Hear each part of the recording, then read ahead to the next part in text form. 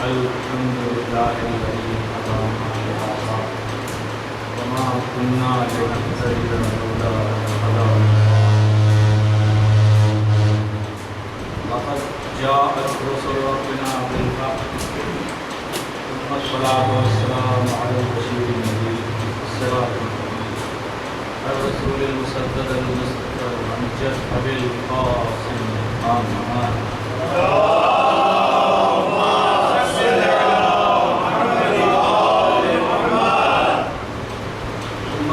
والسلام على أهل بيته الطيبين الطاهرين وأصحابه الجبار الشهداء ولعنة الله على أعدائهم أجمعين أما بعد فقد قال الله تبارك وتعالى في القرآن المجيد والفرقان الحميد وقوله الحق بسم الله الرحمن الرحيم إن الذين قالوا ربنا الله ثم استقاموا تتنزل عليهم الملائكة ألا تخافوا ولا تحزنوا وأبشروا بالجنة التي كنتم توعدون. اللهم صل على محمد وآل محمد.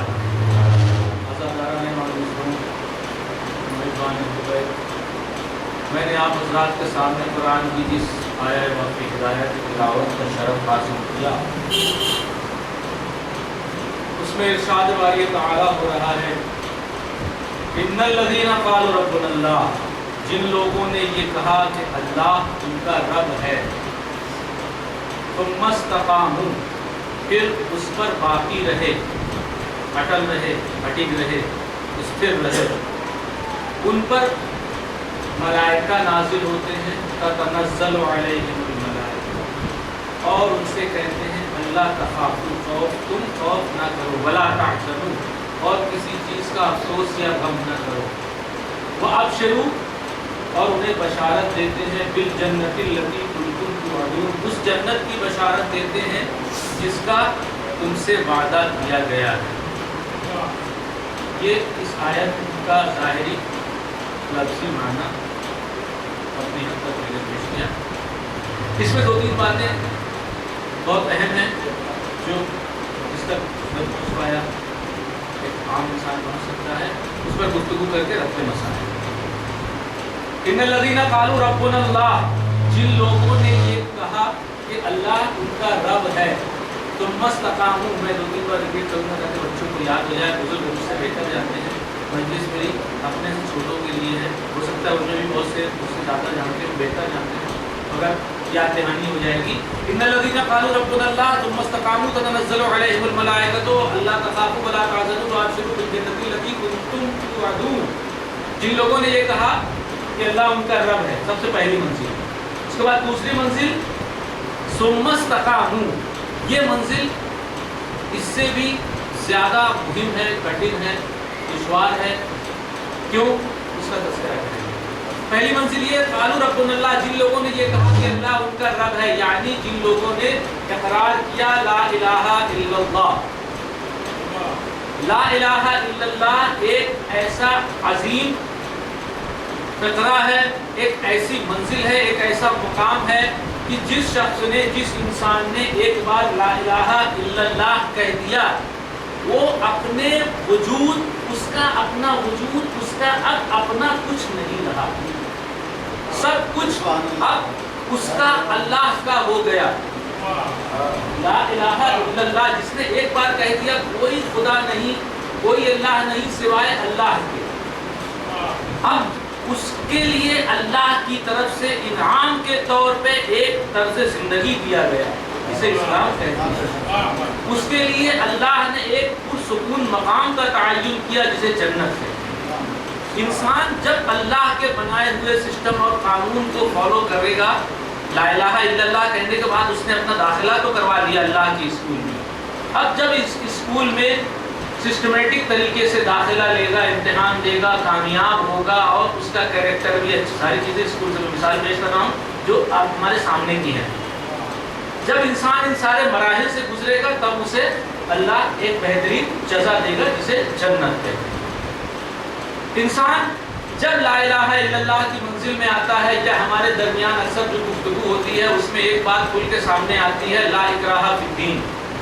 جب ہم اس بات کو ظاہر کرتے ہیں کہ اللہ کے سسٹم میں، اللہ کے قانون میں بہت سارے فروع دین ہیں، ان پر عمل کرنا واجب ہے، ضروری ہے، اور سماجی ڈھانچہ جو ہے اس میں بہت ساری ضروری چیزیں ہیں جس پہ عمل کرنا ہے، کچھ چیزوں سے رکنا ہے، کچھ چیزوں کے لیے اللہ نے حدود جاری کیے ہیں اور اپنی طرف سے نمائندے مقرر کیے ہیں جو دین کے نظام کو، ڈسپلن کو، سماج کو جنت نما بنانے کے لیے ہے۔ ہم جب اس پہ عمل نہیں کرنا چاہتے تب ہم ایک جواز پیش کرتے ہیں، لا اکراہ فی الدین، دین میں کوئی زبردستی نہیں، یقیناً دین میں کوئی زبردستی نہیں، دین میں یقیناً کوئی زبردستی نہیں۔ لیکن یہ کس وقت کا مرحلہ ہے؟ جب انسان اس مقام پر ہے جب کہ اس نے اسلام میں داخلہ نہ لیا ہو، اس نے اسلام کا تعین نہ کیا ہو۔ مثال پیش کروں، انسان ایک ایسے مقام پہ کھڑا ہے جہاں اس کے پاس دنیا کے 10 ادیان ہیں، 10 دین ہیں، وہ چاہتا ہے میں کس دین میں جاؤں، پہلے اسے چاہیے اچھے سے غور و فکر کرے، اچھے سے سوچے اس دین کے بارے میں، اس کے فیصلوں کے بارے میں، اور اس دین میں جانے سے حاصل ہونے والے انعام کے بارے میں۔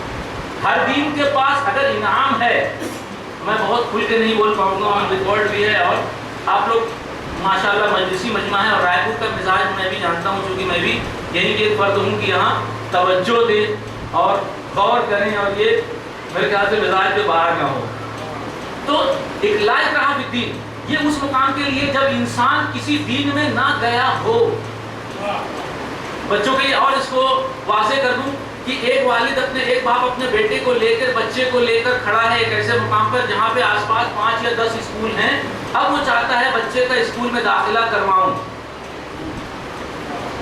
کوئی بھی اسکول کا پرنسپل، اسٹاف، وہاں کا چپراسی یا کوئی بھی اسٹاف یہ نہیں کہہ سکتا میرے اسکول میں داخلہ کروائیے۔ یہ فیصلہ خود اس باپ کا ہے کہ وہ اپنے بیٹے کے لیے بہترین اسکول کا تعین کرے، بہترین سسٹم چاہے، بہترین رزلٹ چاہے، بہترین اسکول کا ڈسپلن ہو۔ یہ اس وقت، اور جہاں اس نے اپنے بچے کے داخلے کے پیپر پہ سائن کیا، وہاں سے اس کے لیے سارے ڈسپلن، سارے نیم، سارے قانون شروع۔ اب وہاں جانے کے بعد وہ یہ نہیں کہہ سکتا نہیں میں جب پڑھا تھا تو مجھے کسی نے نہیں کہا کہ ایسے۔ اسکول میں آنے کے بعد سارے نیم، سارے قانون چالو ہو جاتے ہیں۔ اس لیے لا اکراہ فی الدین کو اگر میں یوں ڈھالوں سمجھنے کے لیے کہ لا اکراہ فی الاسکول، اسکول میں داخلے کے پہلے تک کوئی زبردستی نہیں، لیکن جیسے ہی داخلے کے فارم پر سائن ہوا اب فل اکراہ ہے، اب سب چیزیں کرنی ہی پڑیں گی۔ تو یہ مرحلہ ہے لا اکراہ فی الدین کا، جسے ہم انجانے میں اپنے دین کے مسائل میں لے آتے ہیں۔ لیکن نعرہ صلوات،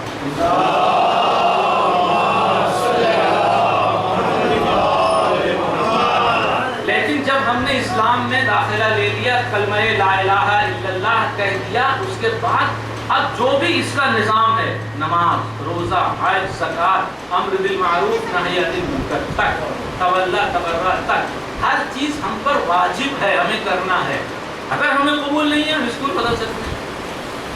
اسکول کے پرنسپل کو، اسکول کے مالک کو کوئی ضرورت نہیں ہے ہماری، ہمیں ضرورت ہے اسکول کی، ہمیں ضرورت ہے نجات کی، ہمیں ضرورت ہے ایک کامیاب اور بہترین زندگی کی، ہمیں ضرورت ہے ایک پرسکون معاشرے کی، ہمیں ضرورت ہے ایک ایسی پرسکون اور سکون بھرے حالت کی جس میں ہم اطمینان سے شب کو سو سکیں، صبح اٹھ سکیں، آپس میں ایک دوسرے سے مل سکیں۔ ورنہ آپ دیکھیے اسلام کے پہلے مکے کی کیا حالت تھی۔ اسلام نے بہت ساری چیزوں کو مکے کی رائج کیا، مگر اس کو اس انداز سے رائج کیا کہ اسے اپنے سسٹم میں ڈالا۔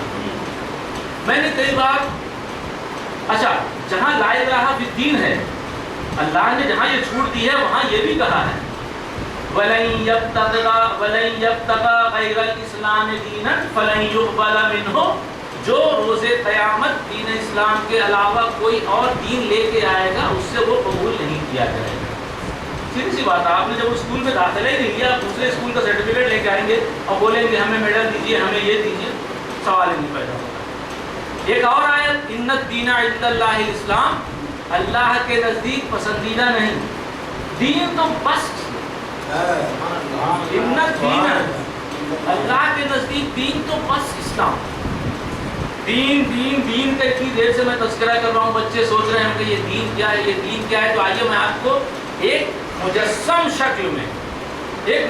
شکل میں دین کی شبیہ دکھاتا ہوں. ہم نے بہت تلاش کیا نہیں ملا، تو ہم گئے اجمیر. ہم نے خواجہ کی درگاہ میں جا کر پوچھنے کی کوشش کی، مگر خواجہ صاحب نے وہیں سے آواز دے دی اندر آنے کی ضرورت نہیں ہے، اوپر لکھا ہوا ہے پڑھ کے جا سکتے ہو. آپ کی خواہش ہے تو اندر آ جاؤ، نہیں پڑھ کے بھی جا سکتے ہو. خواجہ صاحب نے ارشاد فرمایا شاہ است حسین بادشاہ است حسین دین است حسین دی پناہ است حسین. تو خواجہ صاحب نے یہ بتایا کہ دین حسین ہے، دین کا مجسم روپ، دین کی ایک شکل و صورت میں، ایک شبیہ میں پہچان اگر دیکھنی ہے تو امام علی مقام حسین ابن علی علیہ السلام کو دیکھنا ہوگا. اب میں کہوں اللہ مالک یوم الدین ہے، اللہ مالک یوم الدین ہے. یوم الدین کیا ہے؟ یوم الحسین ہے. قیامت کا دن امام علی مقام امام حسین کا دن ہوگا، کیونکہ اللہ اسے دین کا دن کہہ رہا ہے. خواجہ صاحب نے فرمایا حسین دین ہے، تو قیامت یوم الدین یوم الحسین ہوگا. اب جتنے بھی منکرین حسین ہیں، یزید سے لے کر یزید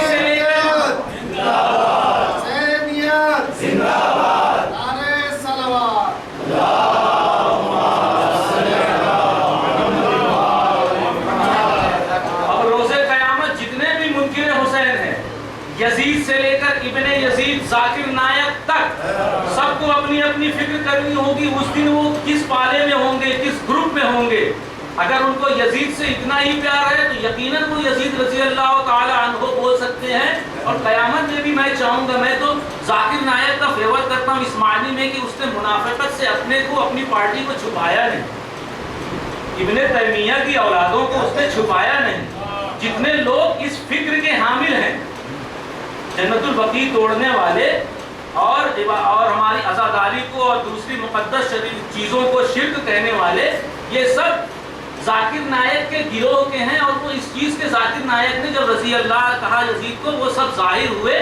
اور اس سے ایک چیز اور ظاہر ہو گئی، اس رضی اللہ کی حیثیت ظاہر ہو گئی کہ ان لوگوں نے جس کو رضی اللہ کہا ہے ابھی تک، وہ سب رضی اللہ کیا اسی شرینی کے آتے ہیں.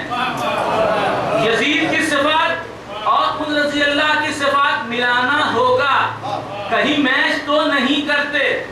اس لیے ہمارے یہاں اکثر رضوان اللہ علیہ کا چلن ہے اور ہم لوگ ان چیزوں سے گریز کرتے ہیں. تو یہ ہوا لا الہ الا اللہ اور قالوا ربنا اللہ پر مختصر تھا تجزیہ. اس کا دوسرا جز ہے ثم استقاموا، ان الذین قالوا ربنا اللہ ثم استقاموا. جن لوگوں نے یہ کہا کہ اللہ ان کا رب ہے، اس کے بعد اس پر ثابت قدم رہے. دیکھیے ثابت قدم رہے میں بہت گنجائش ہے.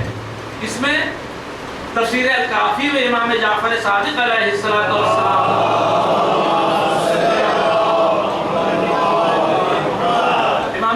صادق علیہ السلام سے روایت ہے کہ یہاں ثم استقاموا استقامت، ثابت قدم رہنے، اٹل رہنے، اپنی بات پر استھر رہنے کی جو بات کہی گئی ہے وہ ولایت مولائے متقیان حضرت علی ابن ابی طالب علیہ السلام کے لیے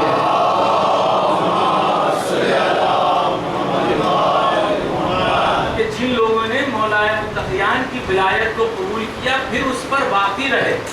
باقی رہنے کا مرحلہ بہت سخت ہے، پھر اس پر باقی رہے. یہاں ثم استقاموا سے مراد وہ لوگ ہیں. اور کتاب مجمع البحرین میں امام رضا علیہ السلام سے جب پوچھا گیا، امام نے فرمایا کہ ہمارے مولا علی کے بعد جتنے بھی ایک بات دیگرے جتنے بھی ائمہ ہوئے، ان سب کی ولایت کو قبول کر کے اس پہ باقی رہنے کی بات ثم استقاموا میں کی گئی ہے.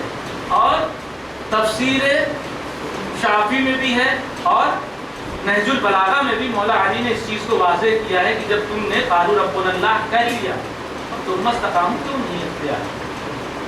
تو ہم نے دیکھا کہ ثم استقاموا باقی رہنے، استھر رہنے، اپنی بات پر اٹک رہنے کی جو بات کہی گئی ہے وہ ولایت مولائے متقیان سے متعلق ہے، حالانکہ بظاہر لا الہ الا اللہ کی طرف اشارہ ہے.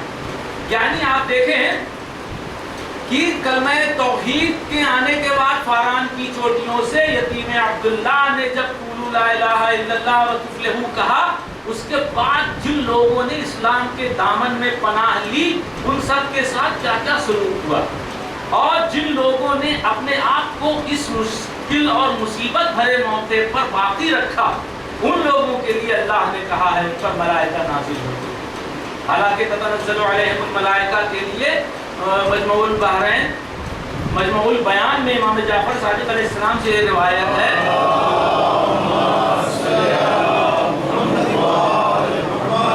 کہ ملائکہ ہمارے گھروں میں نازل ہوتے ہیں، ہمارے بچوں سے ملائکہ بہت مانوس ہیں، اور وہ جب ہمارے گھروں میں نازل ہوتے ہیں ہمارے بچھونوں پر بیٹھتے ہیں، ان کے جانے کے بعد ان کے مخملی پر ہمارے بستروں پر ملتے ہیں۔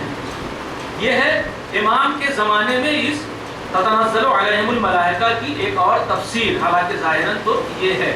اب دیکھیے جن لوگوں نے جناب رسول خدا کے اسلام کی دعوت دینے کے بعد سے جو پہلی شخصیت، پہلی دو سوات تھے جناب عمار کے والدین جناب یاسر اور جناب سمیہ رضوان اللہ علیہم، ان لوگوں کو اتنی اذیتیں دی گئیں کہ ان کی شہادت واقع ہو گئی۔ ان کے بعد جناب بلال کی حالت آپ کے سامنے ہے کہ چٹان، گرم چٹان پر سیاہ فام بلال کو پیٹھ کے بل لٹا کر کوڑے مارے جاتے تھے کہ بلال تم نے محمد کا دین کیوں قبول کیا؟ مگر سلام ہو بلال پر کہ ان کے استقامت، ان کا قدم جمع ہوا تھا اور بار بار وہ لا الہ الا اللہ کہتے تھے۔ جناب رسول خدا کی بزم میں جناب بلال کی حیثیت بہت عظیم تھی، اور یوں ہی انہیں وہ مرتبہ نہیں ملا بلکہ انہوں نے جو اپنے دل کو، اپنے آپ کو دین پر باقی رکھا، اس کی وجہ سے اللہ نے وہ مقام دیا کہ جب تک بلال اذان نہیں دیں گے صبح نہیں۔ جناب بلال کے بعد سے بہت ساری شخصیات آپ لے لیں، مولا علی کے زمانے میں جناب میثم تمار ہیں، ان سے پہلے جناب ابو ذر غفاری ہیں، اور دوسری شخصیتوں سے لے کر جناب باقر الصدر رضوان اللہ علیہ ان کی خواہر، ان کی شہادت کے بعد سے لے کر آج جناب قاسم سلیمانی تک جن لوگوں نے اللہ کے دین کو قبول کرنے کے بعد اس بات پر باقی رہے، ہاں مالک ہم نے تجھ کو اپنا خدا مان لیا، اب ہمارے سامنے کوئی سپر پاور نہیں سوائے تھی۔ اگر اللہ کو سپر پاور ماننا ہو تو اس طرح مانے انسان جس طرح خمینی صاحب نے مانا، اور ایران آج 40 سال کی پابندیوں کے باوجود اس طرح سر اٹھا کر کھڑا ہے کہ دنیا کے بڑے بڑے سپر پاور اس سے خوف کھاتے ہیں۔ یہ ایک مثال ہے آج کے زمانے میں ہمارے سامنے کہ غیر معصوم ہو کر بھی انسان اللہ کی راہ میں کس طرح ثابت قدم رہ سکتا ہے۔ جناب قاسم سلیمانی کی ذات کے بعد آج سماج کے اندر جو لوگ اللہ کی راہ میں اپنا وقت دیتے ہیں، اپنا مال خرچ کرتے ہیں اور قربانیاں پیش کرتے ہیں، ان کو بھی اس طرح ثابت قدم رہنا چاہیے کہ سماج کے اندر جو ایک رسم پھیلی ہوئی ہے ہمیں طے قائم ہو جائے۔ مولانا ٹوکی نا تو مولانا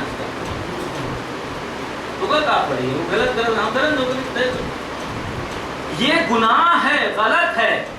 جو بھی دائرہ اسلام میں داخل ہو گیا، خصوصاً جس نے مولا علی علیہ السلام کی ولایت قبول کر لیا، اس کے اوپر امر بالمعروف اور نہی عن المنکر ہر 15 سال کے بچے پر واجب ہے، نہ کہ صرف مولانا پر۔ مولانا سماج میں روز نہیں گھومتے، روز نہیں دیکھتے کیا حالات ہے، ہر فرد پر واجب ہے۔ تو یہ کہنا کہ جو کرے مولانا کریں یہ مناسب نہیں۔ ہاں یہ بھی ضروری ہے کہ جو لوگ اللہ کی راہ میں اپنا وقت دیتے ہیں ان کے مزاج میں، ان کے اندر بھی اتنا صبر اور استقامت پائی جانی چاہیے کہ ذرا سی باتوں پر برہم نہ ہوں۔ اور اگر کسی بات پر کسی طرح کا کوئی تنازع ہو جاتا ہے، قرآن کی آیت ہے فَرُدُّوهُ إِلَى اللَّهِ وَإِلَى الرَّسُولِ، اگر تمہارے درمیان آپس میں کوئی تنازع ہوتا ہے اللہ اور رسول کی طرف پڑھیں۔ قرآن ہے، مراجع کرام ہے، توضیح المسائل ہے، ہمارے درمیان ایک نیائے سمیتی کمیٹی میں بچوں کو سمجھنے کے لیے ایک فضائے مسند قضاوت شیعت میں جو کہ سب سے آسان ہے، بہت ضروری چیز ہے، وہ نہ ہونا ہمارے سماج کے اندر آج جو چھوٹے بڑے تنازع، چھوٹے بڑے معاملات ہوتے ہیں اس کے لیے 20 سال آدمی کورٹ کچہری آنا یہاں کیوں؟ کیا ہمارا سسٹم ابھی دین کامل نہیں؟ الیوم اکملت لکم کا پھر مطلب کیا ہے؟ دین کامل ہو گیا تو ہمارے پاس سب ہے. ہم کیوں کسی سسٹم کو زحمت دیں کہ بھائی آپ ہمارے پاس ہے, ہم آسانی سے 10 منٹ کا کوئی بھی فیصلہ ہو سماج کا, مکان کا, گھر کا, لڑائی جھگڑا 10 منٹ سے 11واں منٹ نہیں لگے گا.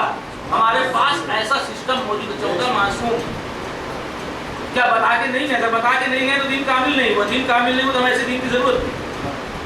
قرآن میں اگر ساری باتیں نہیں ہیں تو ایسے قرآن کو لے کے ہم کیا کریں گے؟ اگر ساری باتیں ہیں تو اپنے فیصلے قرآن سے کیوں نہیں کرتے؟ ہمارے اندر کہیں کچھ کمی ہے, ہم اس چیز کو قبول نہیں کر پا رہے ہیں. تو یہ ہے جن لوگوں نے اللہ کو رب مانا, اس کے بعد اس کی دین پر, اس کی راہ میں ثابت قدم رہے, استقامت دکھائی, ان پر ملائکہ نازل ہوتے ہیں اور انہیں بشارت دیتے ہیں جنت کی اور خوف سے دور ہونے کی اور رنج و غم نہ کرنے کی اور اس جنت کی جن کا اللہ نے ان سے وعدہ کیا. ان ساری چیزوں میں گھڑی دیکھتے ہوئے جا رہا ہوں, ان ساری چیزوں کی بہترین اور بہتر ترین مثال کربلا. اللہ کو رب ماننے کے بعد اس پر ثابت قدم رہنا آپ تصور نہیں کر سکتے.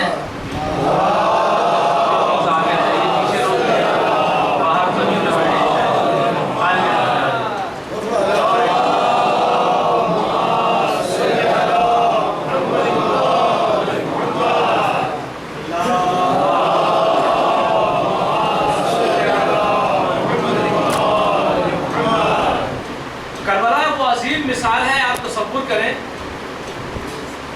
ایک طرف گنتی, عام گنتی جو لیں, 108 شہداء کی فہرست تو میرے پاس ہے, مولانا کہہ رہے تھے 150 سے زیادہ ہے, 100 تقریباً تو صرف کوفے سے آئے. کربلا میں جو موقع تھا, جو مرحلہ تھا, اس میں شہدائے کربلا کا اپنی بات پر اٹک رہنا, مولا ہم آپ کے ساتھ ہیں, اتنا بھی بہت بچے جائے کہ یہ کہیں مولا 1000 بار بھی قتل کیے جائیں تب بھی آپ کا ساتھ نہیں چھوڑیں گے. ہمیں قتل کر کے ہمارے جسم کے ٹکڑوں کو جلا دیا جائے, اس کے بعد رات کو ہوا میں منتشر کر دیا جائے, پھر زندہ کیا جائے, پھر ہم آپ کے ساتھ رہیں گے. اور ان سارے شہداء میں مولا عباس علمدار کی ذات ایک عظیم نمایاں کردار کیا. مولا عباس کی ذات کے لیے میں ایک چیز الگ سے کہنا چاہوں. قرآن کے 16ویں پارے کی پہلی آیت ہے, قالا الم اقل لک لن تستطیع معی صبرا. ہم نے تم سے نہیں کہا تھا کہ تم ہمارے ساتھ صبر نہیں کر سکو گے, هذا فراق بینی اور ہمارے درمیان جدائی. جناب خضر اور جناب موسیٰ کا واقعہ. ساحر شریعت نبی جناب خضر کے ساتھ علم لینے کے لیے آئے, مگر جتنے بھی مرحلوں پر جناب خضر نے قدم اٹھایا جناب موسیٰ نے سوال کیا. اب نبی ہیں تو اس لیے میں ڈر کے کہہ رہا, ورنہ میں کہہ دیتا اعتراض کیا. کشتی میں چھید کیا جناب خضر نے, جناب موسیٰ نے کہا یہ بیٹھا کے لے جا رہا, اس میں چھید کرو. سنو ٹھہرو, ایک بچے کو قتل کر دیا, جناب موسیٰ نے پھر سوال کیا. ایک جس شہر میں گئے وہاں کے لوگوں نے کھانے پینے کچھ نہیں پوچھا, وہاں ایک دیوار کی تعمیر کی, پھر جناب خضر نے کہا, جناب موسیٰ نے کہا. آخر میں جناب خضر نے کہا بھیا خدا حافظ, آپ کا راستہ الگ میرا راستہ الگ, میں نے آپ سے شروع میں کہا تھا کہ آپ میرے ساتھ صبر نہیں کر پائیں گے. یہ صبر کا مرحلہ کیوں آیا؟ کیونکہ جو علم جناب خضر کے پاس تھا, جو مقام جناب خضر کے پاس تھا, جناب موسیٰ کا وہ مطابقت نہیں رکھ رہا تھا, ورنہ سوال نہ کرتے. اب میں امام علی مقام سے, معصومین سے معذرت کے ساتھ یہ کہنا چاہوں گا کہ سلام ہو ذات ابو الفضل العباس پر کہ ان کے معرفت کا درجہ, امام کی معرفت, اللہ کے نمائندے کی معرفت, ان کی اطاعت کا یہ مقام تھا کہ امام علی مقام نے جس جگہ عباس کو اپنی آنکھ کے اشارے سے بھی روک دیا, عباس نے تلوار زبان سے کئی مقام پر تو امام کو عباس کو زبان سے کہنے کی ضرورت بھی نہیں پڑی. آپ سوچئے بھائی کے لاشے پہ تیر چل رہے ہیں, امام حسن کے لاشے پہ تیر چل رہے ہیں, عباس قبضہ شمشیر پہ ہاتھ رکھتے آگے بڑھے تھے, امام نے شانے پہ ہاتھ رکھ دیا, بھیا نے, عباس نے تیر رکھ دیا. ایک بار بھی جھنجھلا کے نہیں, کوئی موقع نہیں. یہ بلا عباس علمدار کی ذات پہ اگر خالی انسان اسٹڈی کرے اس کی زندگی تمام ہو جائے. وہ عظیم ذات ہے. ہر موقع پر جس جگہ بھی امام نے عباس کو روکا, مولا عباس کو روکا, عباس نے کسی مقام پر بھی اف نہیں کی, بلکہ اپنے جذبات, اپنے غصے, اپنے ہر چیز کو اس طرح قابو میں کیا جیسے کچھ ہوا. برکی مجال تھی امام کے لے جانے برس پہ ہاتھ ڈال دیتا، عباس سے ہوتے ہوئے، بلکہ وہ تو بہترین موقع تھا، عباس بھوکے بھی نہیں تھے، پیاسے بھی نہیں تھے، تلوار بھی تھی، اور سارے بنی ہاشم ساتھ میں تھے، ہر کو گھیر کے ختم کر دیتے، پوری کربلا کا نقشہ ہو گیا ختم۔ امام نے منع کر دیا، بھیا نہیں، ایک لفظ سے سوال بھی نہیں، مولا جہاں نہیں، کہاں کریں گے، کب کریں گے، نہیں مطلب نہیں، سچ۔ فرات پہ خیمے لگے، خیمہ ہٹ عباس نے اپنے ہاتھ سے لگایا، فرات پہ خیمے لگنے کے بعد جب حکم ہوا، جب ادھر سے یہ آواز آئی خیمے ہٹاؤ، عباس ہٹ گئے نہیں، مگر جب امام نے کہا عباس ہٹا، اپنے ہاتھوں سے خیمے ہٹائے عباس، ایگو بھی نہیں آنے دیا کہ میں تو لگایا ہوں، میں ہٹانے نہیں جاؤں گا، کسی کو بھیجو، اکبر تم ہٹا لو، امام جنرل آپ بھی تم ہٹا لو، بلکہ امام نے عباس علمدار کے صبر کا مظاہرہ یہاں تک کروایا کہ جس عباس کی جرأت اور خیس اور ہیبت کا یہ عالم تھا کہ اگر وہ سامنے فوج کے کھڑے ہو جائے، فوج کا دم اٹک جائے، اس سے کہا بھیا جاؤ ایک شخص کی مہلت لے۔ عباس کے لیے مر جانا آسان تھا، فوج کے درمیان گھس کے ان کو مارنا آسان تھا، یہ مہلت مانگنا، یہ ان سے مہلت مانگنا، ایک شخص کی ہم کو مہلت دے دو، عباس جیسا جری جا کے مہلت مانگو، مگر عباس نے مانگی، کیونکہ امام نے کہا یہ سارے مرحلے، یہ سارے مظاہرے آپ نے غور کیا ہوگا کہ تاریخ دو عالم میں دو شخصیتیں جہاں تک مجھے علم ہے ایسی تھی کہ جن کے سامنے مد مقابل آ کر لڑنے کی اوقات شاید کسی کی نہیں، کسی ماں نے ایسا لال پیدا نہیں کیا جو علی کے سامنے آ کر تلوار سے لڑ کے علی کو شہادت دے، کوئی ایسا دنیا میں موجود نہیں تھا جو عباس کے سامنے آ کے مولا عباس سے لڑے۔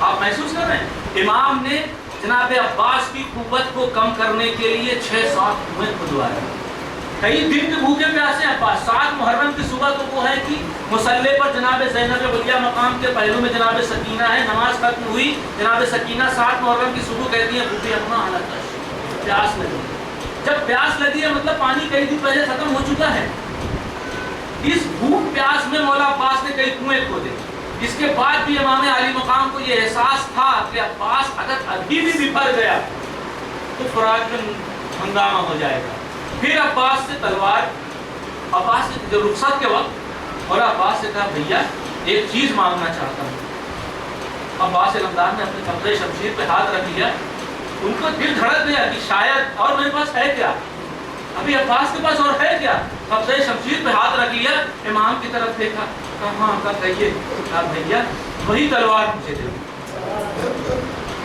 امام نے عباس کی تلوار لے لی، اب اس کے بعد عباس کو کہا بھیا فرائرہ جھکاؤ، فرائرے کو جھکوایا اور اس پر اپنے آنکھوں سے جہاں نصر من اللہ عظیم آیت ہے یہ انسان کی کامیابی، اس پر انا للہ و انا الیہ راجعون لکھ دیا۔ اب اس کے بعد بھی امام نے دیکھا کہ میرا بھائی ابھی بھی اس حالت میں ہے کہ نہر کا نقشہ بدل سکتا ہے، اب اس کے بعد امام نے کہا عباس یہ علم لے لو اور یہ مشق لے لو بچوں کی، عباس تمہیں لڑنے کی اجازت نہیں ہے، جاؤ بچوں کے لیے پانی لے آؤ۔ عباس علمدار خیمے سے نکلے تو خیمے سے نکل کے کچھ دور گئے تھے کہ اتنے میں جناب سکینہ نے چھوٹے چھوٹے بچوں کو جمع کیا اور کہا بچوں آؤ دیکھو اب تھوڑی دیر میں تمہاری پیاس بجھ جائے گی، وہ دیکھو میرا چچا جا رہا ہے، سارے خیموں میں دوڑ دوڑ کر گئی، بچوں کو جمع کیا، خیمے کے در پہ آئیں، بچے اپنے ہاتھ میں کوزے لے کر کھڑے ہیں اور علم پہ نگاہیں جمائے ہیں، ادھر امام علی مقام ایک مقام پہ کھڑے ہیں، جناب علی اکبر ان کے ساتھ ہیں، امام کی نظر علم پر، عباس دریا میں گئے، اترے، فرات سے مشق بھری، گھوڑے پہ بیٹھے، اپنے رہوار کو کہا رہوار باوفا تو بھی تھوڑا پانی پی لے، کئی دن کا پیاسا ہے، رہوار نے منہ اٹھا کر دیکھا مولا مولا آپ کا ساتھی ہوں، مولا آپ پیاسے ہیں میں بھی پیاسا ہوں۔ عباس علمدار نہر سے پلٹے، اب جو نہر سے مشکیزہ بھر کے پلٹے، عمر سعد نے کہا دیکھو ابھی بھی اگر یہ ایک مشک پانی خیمے میں چلا گیا پوری کربلا بدل جائے گی، تمہیں جو کرنا ہے کرو، مرنا ہے مر جاؤ، کٹنا ہے کٹ جاؤ، لیکن عباس کے مشکیزے کو خیمے تک پہنچنے سے روکنا یہ سننا تھا۔ چاروں طرف سے بھاگی ہوئی فوجیں سمٹی، تیروں کی بوچھار ہوئی، نیزے چلنے لگے، عباس علمدار نے جب یہ دیکھا تو انہوں نے چاہا کہ جو نہر کے پاس جو بہت سارے درخت ہیں ان درختوں کے درمیان سے نکل کے بچتے ہوئے چلا جاؤں کہ ایک ظالم درخت کی آڑ میں چھپ کر عباس کا دائنا بازو قلم کر دیتا ہے. عباس نے کہا واللہ ان قطعتم الیمینی انی اعامی ابدا عن دینی. اس کے بعد عباس نے بائیں ہاتھ میں علم سنبھالا, بایاں بازو قلم ہوا. امام خیمے کے در سے نظارہ دیکھ رہے ہیں. علم ایک بار جھکا, پھر اٹھا, پھر دوسری بار جو علم جھکا, آپ سمجھے عباس علمدار کا دوسرا بازو بھی قطع ہو گیا. اب عباس نے پوری طاقت اور پورا زور لگا دیا, مشکیزے کو اپنے سینے سے لگایا, مشک پر خود جھک گئے اور تیزی سے خیمے کی طرف جانا چاہ رہے ہیں. ایک بار عباس نے اپنے سر کو اٹھایا آسمان کی طرف, اللہم انا اطفال الحسین عطشان, اے اللہ حسین کے بچے پیاسے ہیں, مالک یہ مشکیزہ خیمے تک کسی بھی طرح پہنچ جائے. مگر آخر ایک تیر ایسا آیا عباس کے سینے پر لگا. عباس علمدار نے پھر بھی مشکیزے کو سنبھالا, بہت تیزی سے آگے بڑھتے جا رہے ہیں کہ اتنے میں ایک تیر مشک پر لگا. ارے مشک پر نہیں لگا, عباس کے کلیجے پر لگا, سارا پانی بہ گیا, جری کی آس ٹوٹ گئی. اب عباس پر چاروں طرف سے حملے ہونے لگے. ایک تیر آ کر آنکھ میں لگا, عباس کے ہاتھ تو دے نہیں, مولا تیر کو کیسے نکالتے. پہلے عباس نے اپنے سر کو جھٹکا دیا تاکہ تیر نکل کے گر جائے, مگر جب تیر نہیں گرا عباس نے گھوڑے پر اپنے زانو کو اوپر اٹھایا, اپنے سر کو جھکا کر تیر نکالنا چاہ رہے تھے کہ دبدن ایک ظالم نے ایسا گرز مارا, عباس کا سر شکافتہ ہو گیا. اب گھوڑے میں سنبھل نہیں پا رہے تھے مولا کہ دبدن گھوڑے سے زمین پر آئے. اور میں نے کہہ دیا, آپ نے سن لیا, عباس کا زمین پر آنا آسان نہیں تھا. طویل القامت گھوڑے پر بیٹھا ہوا میرا مولا زمین پر گرا تو کس طرح, عباس کے ہاتھ تو تھے, منہ کے بل میرا مولا زمین پر گرا.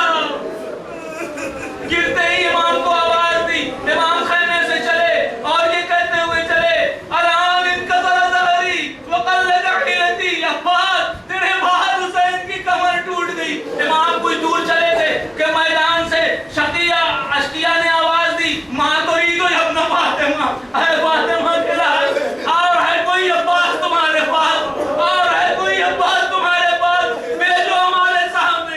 امام نے درگاہ کا رخ کیا, کہا بھیا میں نہ کہتا تھا تم میری عزت ہو, عباس تیرے مرتے دیر نہیں ہوئی, میری ماں کا نام میدان میں لیا جانے لگا. امام فرات کی طرف چلتے جاتے راستے میں دو چیزیں اٹھائیں, اپنے دامن میں رکھا. آپ نے پتا چلا, آپ کو محسوس ہوا ہوگا یہ کیا ہے, یہ وہی دو ہاتھ ہیں جو امام نے مولا علی نے شہادت کے وقت عباس کو امام کے سپرد کیا تھا. عباس کے قریب آئے, علی اکبر کو لے کے آئے, جناب امام حسین گریا کر رہے ہیں. جناب عباس نے اشارے سے علی اکبر کو بلایا, علی اکبر نزدیک آئے, عباس کے زخمی رخسار پر, عباس کے زخمی ہونٹوں پر اپنے کان رکھے. عباس نے دھیرے سے کہا, بیٹا جا کر تم عمر سعد سے کہہ دینا اگر تمہیں حسین کی لاش پامال ہی کرنی ہے تو یہ عباس کا راستہ لے لو, میرے آقا کو چھوڑ دینا. امام نے عباس کا زانو, عباس کا سر اپنے زانو پر رکھا اور کہا بھیا کوئی خواہش ہے تو بیان کرو. عباس نے کہا مولا آپ کی زیارت کرنا چاہتا ہوں, ایک ہاتھ میں خون ہے, ایک ہاتھ میں تیر ہے. امام نے خون صاف کیا, عباس نے دیکھا مولا کو, امام نے کہا بھیا میری بھی ایک خواہش. عباس تم بچپن سے جوان ہو گئے, میں نے ہر بار انتظار کیا کہ میرا بھائی مجھے کبھی تو بھائی کہے. عباس تم نے ہر بار مجھے آقا کہا. عباس نے جسم کی ساری قوت کو سمیٹ کر اپنے تھرتھراتے ہوئے ہونٹوں سے بھائی بھیا بھیا کہا اور عباس کا دم نکل گیا. امام لاشے کے پاس سے اٹھے, عباس کی وصیت کے مطابق لاش خیمے میں نہیں لائی. علم لے کے اب جو خیمے کی طرف آئے, بچوں نے دیکھا کہ علم تو آ رہا ہے, ابھی بھی بچوں کو یہ امید